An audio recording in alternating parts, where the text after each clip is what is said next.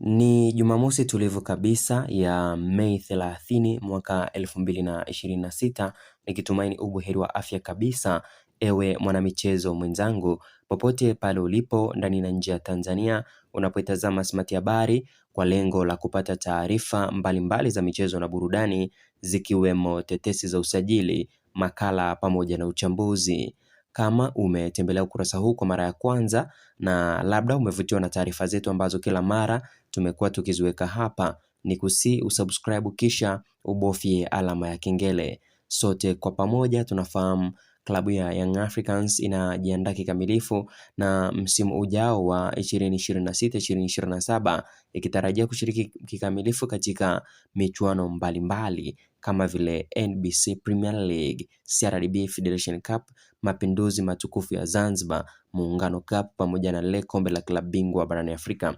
Kwa sasa timu hiyo chini ya uongozi makini wa Engineer Hersi Ali Saidi unahusishwa na usajili wa mchezaji Mick Harvey Osete, raia wa Congo Brazzaville. Huyu ni kiungo mkabaji tegemezi katika kikosi cha Saint Lupopo ya Kinshasa katika Jamhuri ya Kidemokrasia ya Kongo. Mwamba huyu hapa anakaba mpaka mavumbi kwa namna ambavyo tunaambiwa na mashabiki, na mchezaji huyu kwa kiasi kikubwa amehusishwa na Young Africans tangu mwaka 2024, ambapo Young Africans hawakufanikiwa kunasa saini yake, lakini kwa sasa tunaarifiwa kwamba huenda ikawa ndio mwanzo wake wa kuvaa jezi ya njano na kijani za Young Africans. Mchezaji huyu mwenye umri wa miaka 26 alizaliwa mnamo Agosti 18 mwaka 1999 huko Kongo, na akiwa na urefu wa mita 1.82. Hivyo tusubiri tuone nini ambacho